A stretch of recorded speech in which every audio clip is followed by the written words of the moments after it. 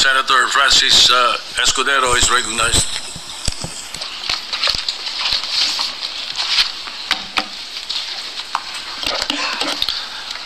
Thank you, Mr. Senate President. Thank you, distinguished Majority Floor Leader.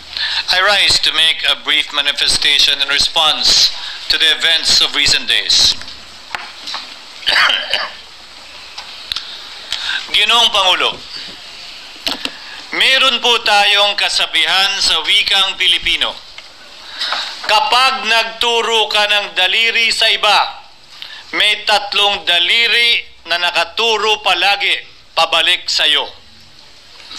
Sa mga nakarang linggo, malinaw na nililihis ang galit ng taong bayan tungkol sa mga ghost at substandard flood control projects mula sa mga totoong may kasalanan patungo sa Senado at sa ilang mga miyembro nito.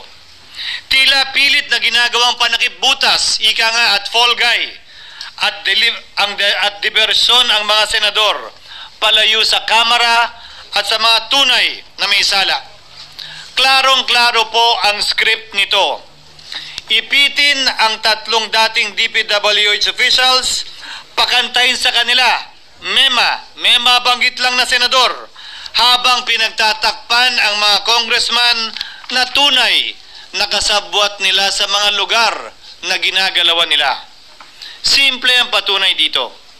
Kapanipaniwala ba na wala silang kinausap na kahit isang congressman nakaupo na totoong may hawak na mga distrito sa lugar na ginalawan nila sa hinaba-haba ng testimonya nila dito o sa Kamara?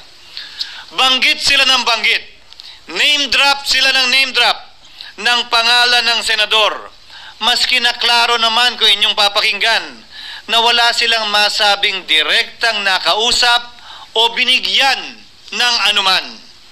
Lahat ito para lamang ipako ang mga senador sa media at sa publiko at ilayo ang atensyon sa Kamara at mga congressman. Bakit nga ba? Dahil tila mas malaking isda, ika nga, mas mataas, mas kilala ang mga senador kumpara sa congressman? Umaasa sila na maiibsan ang galit ng tao sa kanilang mga anomalya ukol sa flood control at tuluyan na silang makakatakas mula sa anumang pananagutan.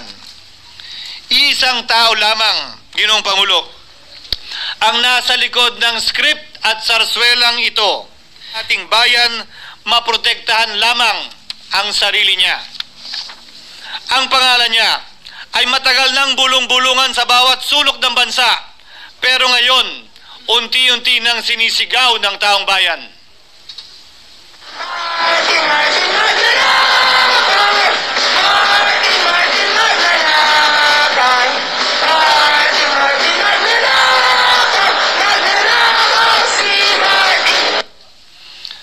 Pero Ginoong Pangulo, minamahal kong kasamahan, bakit tila sa Kamara, dito mismo sa Senado at sa ilang media ay hindi pa din nila kayang sambitin ang pangalan niya? Pues, sasabihin ko, Martin Romualdez. Minsan ang binanggit ng mga diskaya ito mismo dito sa Senado, ang kanyang pangalan. Pero agad itong pinabawi nung humarap sila sa Kamara. Binanggit ni Master Sergeant Gutesa ang kanyang pangalan. Pero ultimo notaryo, natunto nila at pinabawi nila ang pagnotaryo. Buti na lang, huli na't nasabi na niya ang pangalan ni Martin Romualdez na pinanumpaan dito mismo sa ating Blue Ribbon Committee. Hindi ba't si Ginoong Gutesa hindi ba't si Sergeant Gutesa lamang ang bukod tanging testigo na walang kinalaman, hindi sangkot sa flood control issue, walang hininging immunity, deal o proteksyon kapalit ng kanyang pagtestigo? Siya ang kauna-unahang nagtestigo na personal na naghatid ng pera sa bahay mismo ni Martin Romualdez.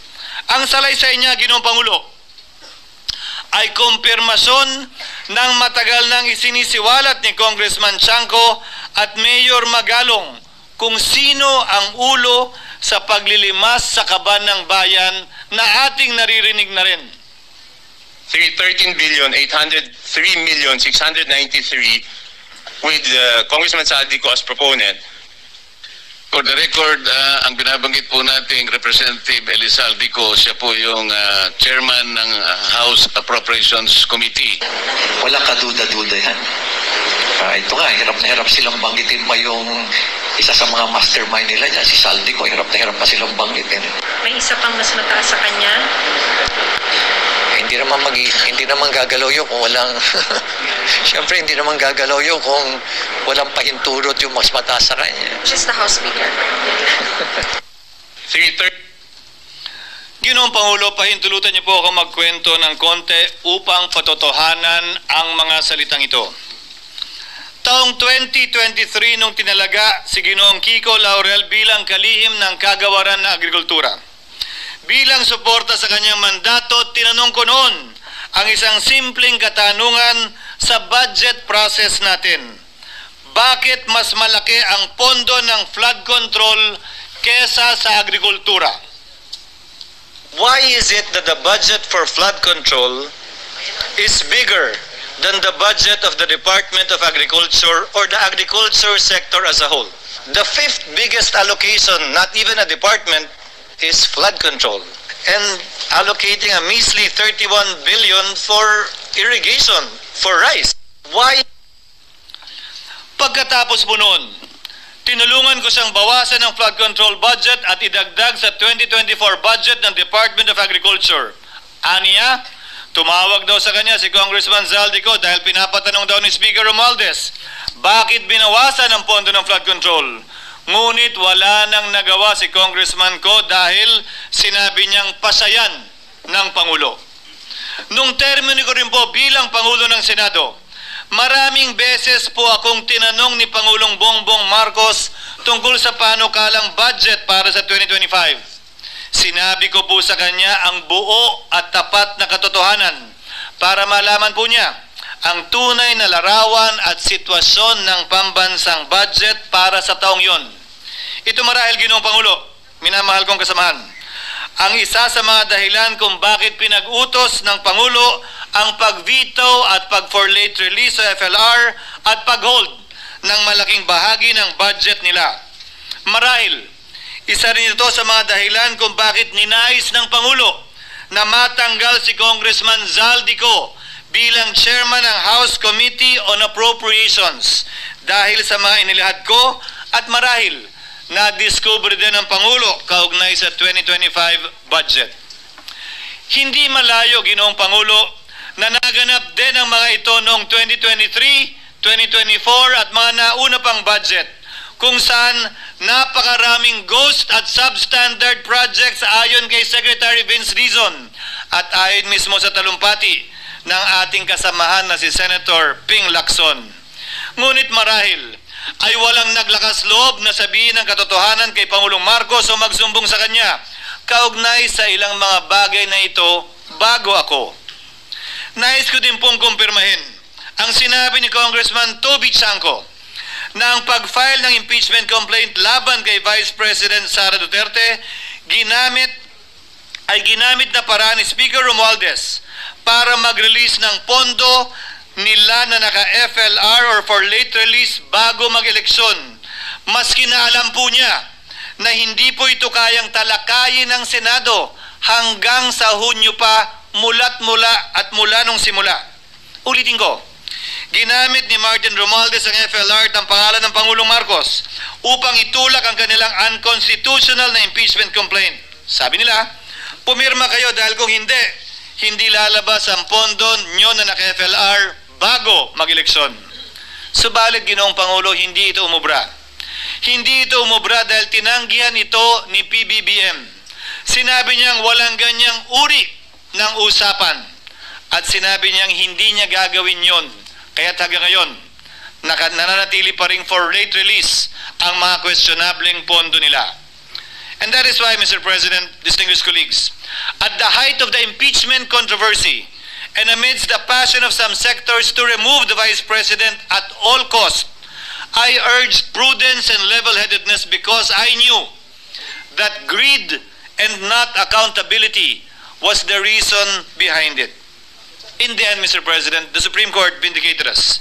The Supreme Court vindicated us by saying, among others, quote, "There is a right way to do the right thing at the right time. This is what the rule of just law means." Close quotations. Ginoong Pangulo, sinisi po sa akin ni Speaker Romualdez ang pagkakatanggal kay Congressman Zaldico. Sinisi po niya sa akin ang pag-FLR or for late release ng kanilang mga proyekto. Sinisi po niya sa akin ang pagkakadismiss ng impeachment complaint laban kay VP Sara na nakikita niyang makakatunggali niya sa susunod na halalan. Sinisi din niya po sa akin ang pagkakasira ng kanilang maitim na balakin sa 2025 budget na nagawa nila ng walang balakid na mga nagdaang taon. Ginoong Pangulo, naging tapat ako at ginawa ko lamang ang aking tungkulin. Kung ano ang tingin kong tama at nararapat para sa bansa at sa sambayanan. Subalit, sa kabila po nito, nagsimula na ang lahat ng bira, paninira at kaso laban sa akin at sa Senado. At ang nasa likod ng lahat ng ito, walang iba kung hindi si Martin Romualdez. Ika nga ni Mayor Magalong na ngayon lamang nakita ko sinisiraan na rin ngayon. Bakit ko ba nilabanan at binisto sila Speaker Romualdez mula noon hanggang ngayon kung kasabwat at kasapakat lang din nila ako? Hindi ko po gagawin yun. Ang pinasangkig ng tennis court ang nasabing gusali sinimulang pinatayo noong ika-6 ng Oktubre taong 2022 at ang kontraktor ang St. Gerard Construction na pagmamayari ng mga diskaya na nasangkot ngayon sa mga maanumalyang flood control projects. Dahil dito, kwenasyon ng ilan ang pagiging special advisor ni Mayor Benjamin Magalong sa ICI. Lalabanan ko ba yung ang lalakas na yan, sila Speaker? Lalabanan ko ba yung mga mayayaman na yan? Kung ako'y bulok, I fought for what is right. Ano nga ba ang ginawa nila sa akin? Una, hinalungkat ang isyu ng campaign contribution na tinanggap ko mula sa isang individual na may-ari ng kumpanyang nakakuha ng kontrata sa gobyerno. Inipit niya ang budget ng COMELEC sa Kamara dahil dito at binusisi ang di umano kaso kong ito. Subalit, Ginoong Pangulo, tulad ng sinabi ko sa simula ng aking talumpati, kapag ka nagturo ka ng daliri kanino man, may 3 daliring nakaturo pabalik palagi sa iyo. Anong nangyari? Hindi ba't biglang may lumabas na ulat ng PCAJ na ang dami naman palang opisyal, hindi lang senador, mas mataas pa ang tumanggap din ng ganong uri ng kontribusyon noong 2022 elections? Ang tanong ko ay simple. Kung legal at walang mali sa ginawa nila, edi dapat legal din at tama ang ginawa ko. Pero bakit ako lang ang iniimbestigahan tungkol dito? Higit pa doon, Ginoong Pangulo, hindi ba tayon kay Mayor Magalong merong 67 na miyembro ng Kamara na kontraktor? Ito po ay mga miyembro ng Kamara na may construction firm na nakakuha ng kontrata sa gobyerno. Kung bawal talaga ito, ibig sabihin ba niyan, bawal na nilang gastusin ang sarili nilang pera para sa kanilang sariling kandidatura? Bakit hindi din binubusisi yun? Bakit hindi inaalam yun? Ako lang talaga? Pangalawa, inintriga ni Martin Romualdez ang dating liderato ng Senado dahil sa pagkakaupo at pagdinig ni Senator Marcoleta sa Blue Ribbon Committee dahil marahil sa pananaw niya ay hindi siya safe kay Marcoleta. Ngunit, Ginoong Pangulo, sa hindi niya inaasahang pagkakataon, nung araw ding yun, nagsalita ang mga diskaya, pinangalanan ng 17 congressman na kasosyo niya, kabilang ang pagbanggit na naman ng pangalan ni Martin Romualdez. Karamihan sa mga kawani ng DPWH na nabanggit sa itaas ay paulit-ulit na binabanggit ang delivery ng pera ay para sa kay Zaldico na dapat at least 25%. Si Kong Marvin Rillo naman ay ilang beses na binabanggit ang pangalan ni Speaker Martin Romualdez bilang kanyang malapit na kaibigan. Isa na naman po itong patunay, Ginoong Pangulo. Kapag ka nagturo ka ng daliri sa iba, may 3 daliring nakaturo pabalik sa iyo. Pangatlo, sa pagdinig ng Blue Ribbon Committee kung saan ni-name drop ako ni Yusek Bernardo, bagaman inamin niyang personal na mismo na hindi niya rekta kung nakausap o binigyan ng anuman. Bigla namang tumestigo si retired Master Sergeant Gutesa at muling pinangalanan si Martin Romualdez na hinahatiran daw niya ng pera sa mismong bahay nito.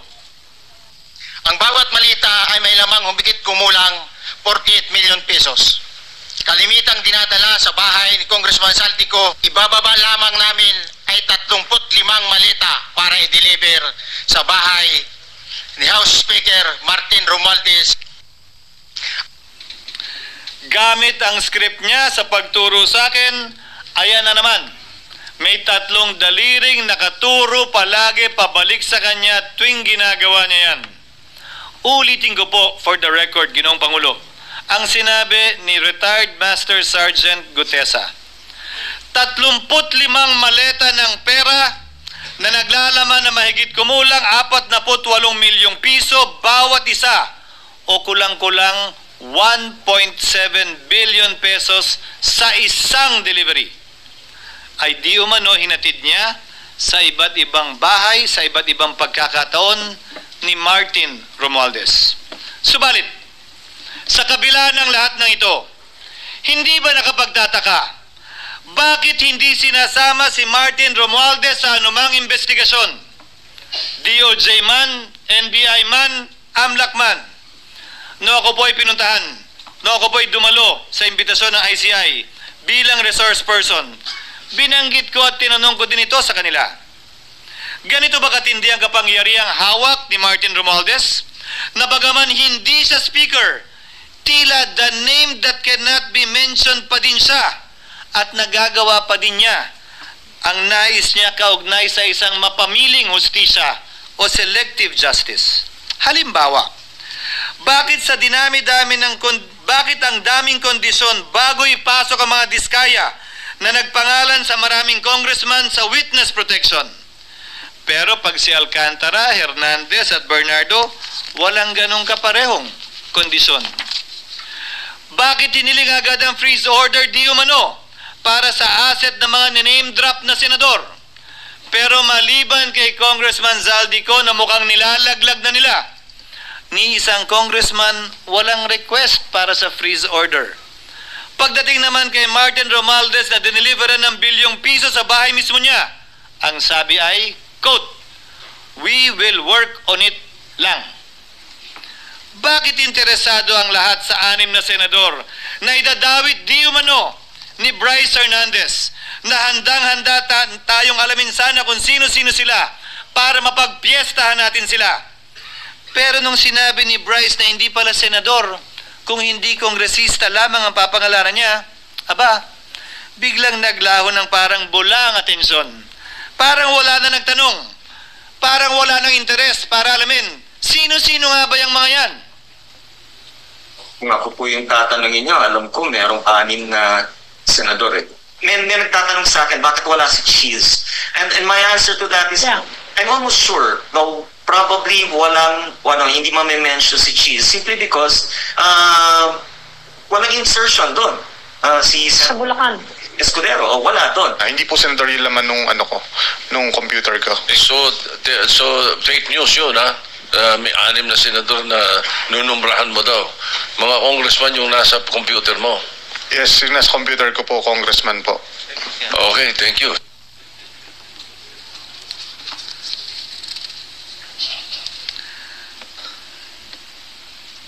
Nagkataon lang ba, Ginoong Pangulo, na ang mga nakaupong senador na dinidiinan sa ngayon ay ang dating Pangulo, dating pro tem, dating punong mayoriya ng Senado, na lahat nagkataon din lang ba na bumoto kontra sa depektibong impeachment ni Vice President Duterte o talagang tinumbok lang kami?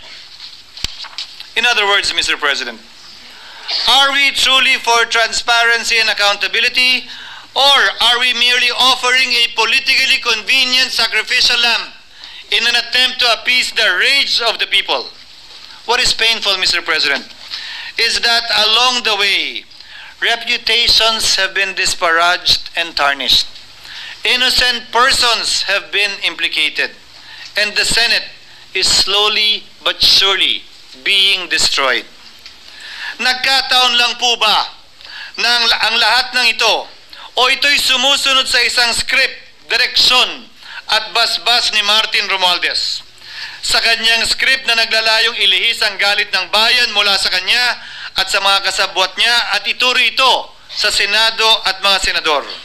Ginoong Pangulo, ang script at sarswelang ito ay di uubra dahil napakalayo po nito sa katotohanan. Napakasama sa panlasa at tinitiyak ko sa inyo, hindi po ito matatanggap at lulunukin ng sambayanang Pilipino. I've been in public service for 27 years. I have never been accused nor charged with corruption. This is the sterling record which they are trying to tear down, and I tell you, they will not succeed.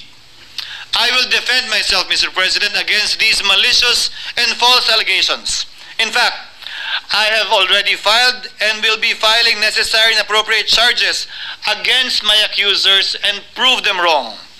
And with the help of the Almighty, I will be vindicated and declared innocent, I am sure. Kaya ko po ipagtanggol ang sarili ko, Ginoong Pangulo. Ngunit, Ginoong Pangulo, sino po ang nagtatanggol sa ating institusyon? Kaya't ang aking tanging hiling po sana sa inyo, Ginoong Pangulo, at sa ating mga kasamahan sa Senado. Labanan po ninyo at huwag niyong pahintulutang ang mapamiling hustisya na lantarang nangyayari sa harap natin ngayon. For what is happening now is selective justice and mob justice. Members of the Senate have been thrown off a cliff before the court of public opinion in an attempt to mollify the people's rage, thereby covering up the real perpetrators and giving them a chance to get away. Mr. President, I will not allow justice to be weaponized against the innocent to protect the guilty, because this corrodes the legitimacy of the law before our people's eyes. Wala pong naniniwala, bagkos lahat nagtatanong, bakit walang congressman na kasama sa investigasyon? But what about the other congressmen in Bulacan? Why haven't they been questioned? Called out, yeah. To think that they do not know what's going on? Ginoong Pangulo, mga minamahal kong kasamaan, huwag po tayong sumunod sa script ni Martin Romualdez. Labanan po natin ang script na ito. Pasagutin at imbestigahan lahat ng niname drop at nabanggit, congressman man, senador man at iba pang opisyal, at dapat kasama dito si Martin Romualdez. Ginoong Pangulo, hindi ba natin nakikita na pilit tayong pinag-aaway-away? Mayaman, mamamayan laban sa lingkod bayan, lokal laban sa nasyonal na opisyal, congressman laban sa kapwa congressman, at ngayon, senador laban sa kapwa senador, pamilya laban sa pamilya, Pilipino laban sa kapwa Pilipino. Ginoong Pangulo, tandaan po natin, mas madaling manipulahin at ang nag-aaway at nagkakawatak-watak na bansa. At ito ang eksaktong gusto nilang mangyari. Ito, sa aking paniniwala, ay bahagi pa din ng script at sarswela na nais palaganapin ni Martin Romualdez upang lituhin, guluhin, linlangin at sirain ang ating lipunan at bansa para lamang huwag siyang mabisto. Sana ay huwag nating payagang mangyari ito. Ginoong Pangulo, tulad ng sinabi ko sa simula ng aking talumpati, sa kada mapang-akusa at mapanghusgang daliri na ituturo ninyo sa inyong kapwa, lalo na kung walang basihan, merong 3 daliring palaging nakaturo sa iyo pabalik. Sana po, maging mapanuri tayo. Huwag dali-daling magturo at maghusga dahil lamang sa napakinggan. Huwag tayong sumabay, kumampi, at magpadala sa script at sarswela ni Martin Romualdez. Kung kayo ay kakampi ni Martin Romualdez, pues sumunod kayo sa gusto nila. Una, maniwala kayo sa mga sinasabi ng testigo niya na nagtuturo lamang sa mga senador. Pangalawa, ibuhos niyo ang galit niyo sa Senado at ng mga senador at palayo kay Martin at sa mga congressman. Pangatlo, pagdudahan at sirain niyo si Sergeant Gutesa na bukod tanging hindi nakinabang at walang bahid at hiningi anumang kapalit sa pagsabi ng katotohanan. Pangapat, huwag niyong payagang mabanggit man lang ang pangalan ni Martin Romualdez. Panglima, huwag niyong payagang ipatawag si Martin Romualdez sa anumang investigasyon. Pang-anim, huwag niyong payagang imbestigahan si Martin Romualdez at mga kasamahan niya saan mang lugar. Ako, Ginoong Pangulo, hindi ako kakampi ni Martin Romualdez. Kaya lalabanan ko siya at lahat ng panglilinlang niya. Una, papatunayan kong hindi totoo ang mga panggigipit at paninira ng mga testigo niya laban sa akin at mga senador. Pangalawa, tututulan ko ang paglilihis at diversyon na ginagawa niya palayo sa kanya at sa Kamara. Pangatlo, hindi ko papayagang sirain ang mga senador pag away-awayin tayo at sirain ang institusyon ng Senado. Pangapat, pinaniniwalaan ko at saludo ako kay Sergeant Gutesa at iba pang katulad niya sa paglabas ng katotohanan. Panglima, hindi ako matatakot banggitin ng paulit-ulit ang kanyang pangalan, Martin Romualdez. At ipaglalaban kong ipatawag at imbestigahan si Martin Romualdez at lahat ng kanyang mga kasangkot at kasama. Ginoong Pangulo, mga minamahal kong kababayan, kung nais niyong lumitaw ang katotohanan, kung nais niyong panagutin ang tunay na salarin, kung nais po niyong makulong ang tunay na may kasalanan, huwag ninyong kampihan si Martin Romualdez.